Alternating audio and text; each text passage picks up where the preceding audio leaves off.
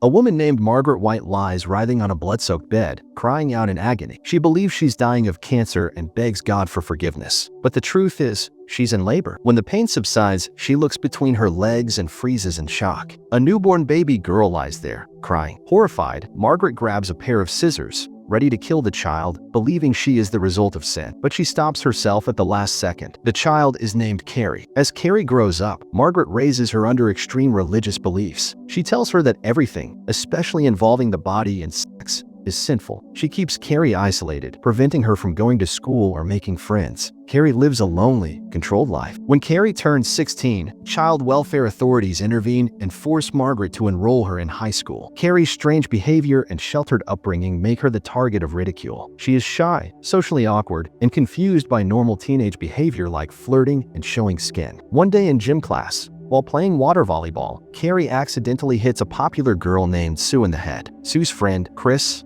mocks her, and the rest of the class laughs. Later, in the locker room showers, Carrie experiences her first period. She panics, thinking she's dying, and begs for help. Chris quickly realizes Carrie doesn't understand menstruation and starts mocking her. The other girls join in, throwing tampons at her and filming her distress. Sue feels guilty but doesn't intervene. The chaos only ends when gym teacher Ms. Desjardins arrives. Carrie continues screaming in fear, so the teacher slaps her to calm her down. The principal learns about the incident and gives Ms. Desjardins authority to discipline the students involved. He tries to comfort Carrie and informs her that her mother has been called. The thought of Margaret finding out terrifies her. As her anxiety builds, the water cooler in the office suddenly bursts, another unexplained event. Margaret soon arrives at the school. Outside, she sees Chris kissing her boyfriend and prays for the sinful children to be guided to the right path. On the way home, Carrie confronts her mother about why she never taught her about menstruation. Margaret refuses to answer. A neighborhood boy calls Carrie a weirdo as she gets out of the car. Carrie glares at him, and he immediately falls off his bike. She doesn't understand how or why these strange things are happening. Inside, Margaret blames herself for creating a daughter who will commit sin. She recites fake Bible verses, telling Carrie that getting her period is a curse. Carrie argues back, saying that Ms. Desjardins told her it's normal and all girls go through it. Margaret strikes her with a Bible and locks her in a small closet to pray for forgiveness. Carrie screams in frustration. The closet door cracks under the pressure of her scream. Inside, she sees a statue of Jesus, and its eyes appear to bleed. Meanwhile, Sue and her boyfriend Tommy are in his car.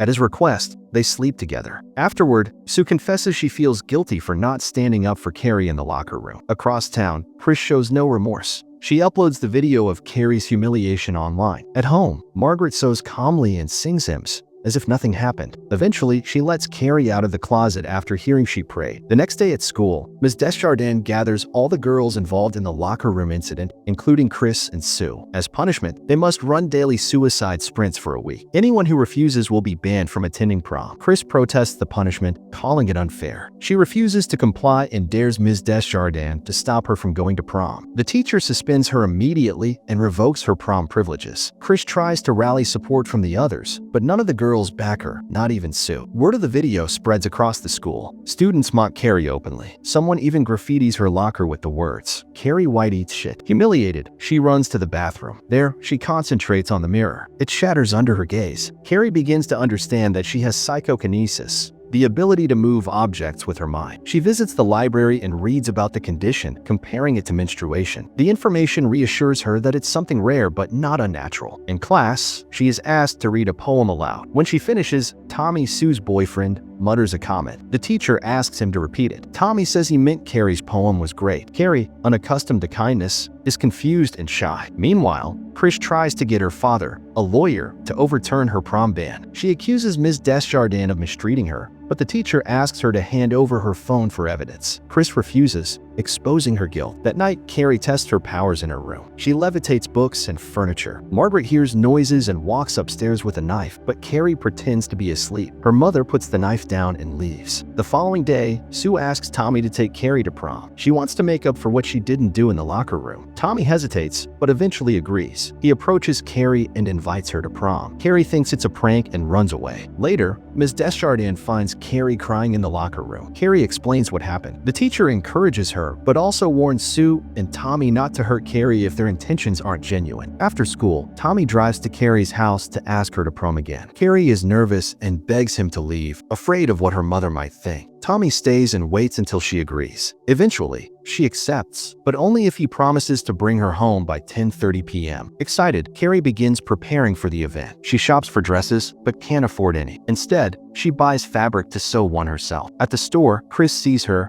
and becomes enraged. Fueled by jealousy and hatred, she begins planning a cruel prank. Back home, Carrie finds Margaret waiting. When she tells her mother about Prom, Margaret becomes furious and refuses to let her go. Carrie argues back. Her anger triggers her powers. Objects float and crash. Margaret prays louder, believing her daughter is possessed. Carrie makes Margaret levitate and fall silent. She lowers her mother gently and declares that their conversation is over. Meanwhile, Chris and Billy, her boyfriend, go to a pig farm. With help from friends, they slaughter a pig and collect its blood. Later, they break into the gym where the prom will be held and set up a trap. They hide a pail of pig's blood above the stage, ready to dump it when Carrie is crowned. Prom night arrives. Carrie puts on makeup and wears the dress she made. Margaret pleads with her not to go, warning that everyone will laugh at her. Carrie locks her mother in the praying closet before leaving. Tommy is stunned when he sees Carrie. They arrive at prom together. Ms. Desjardins compliments Carrie and tells her to enjoy the night. Carrie slowly begins to feel accepted. She laughs, talks,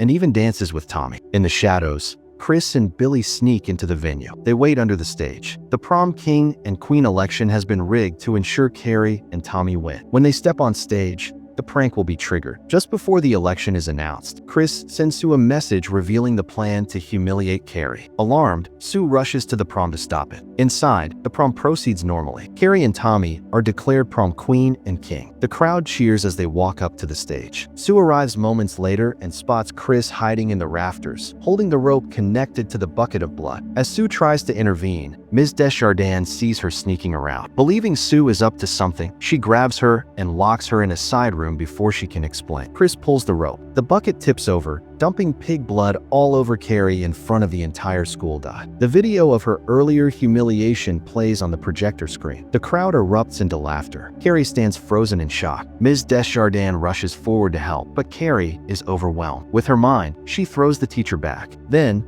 the bucket falls and strikes Tommy on the head, killing him instantly. The room goes silent. Carrie lets out a scream and unleashes her power on the crowd. Doors and windows slam shut, locking everyone inside. Students panic and try to escape, but there's no way out. Carrie flings tables and chairs into the crowd. She crushes some students under debris and causes others to be trampled. Sparks fly as she damages electrical equipment, setting the building on fire. She moves Ms. Desjardins onto the stage, away from danger, but shows no mercy to anyone else. Outside, Chris and Billy watch the chaos unfold. They flee in their car. Carrie walks through the burning gym, her rage uncontrolled. Carrie exits the blazing gym and steps into the night. Across town, Chris and Billy speed away in their car, thinking they've escaped. Carrie follows, walking calmly but with purpose. When the car comes into view, Billy tries to run her over. She stops the car mid-charge using only her mind. Billy slams into the steering wheel and dies instantly. Chris, still alive, panics and tries to accelerate again. Carrie lifts the car off the ground and hurls it into a nearby gas station. The vehicle explodes on impact. Carrie watches as Chris dies, pinned to the windshield. She returns home, covered in blood and ash. The house is quiet. Margaret is no longer locked in the closet. Carrie cleans herself in the bathtub, scrubbing away the blood.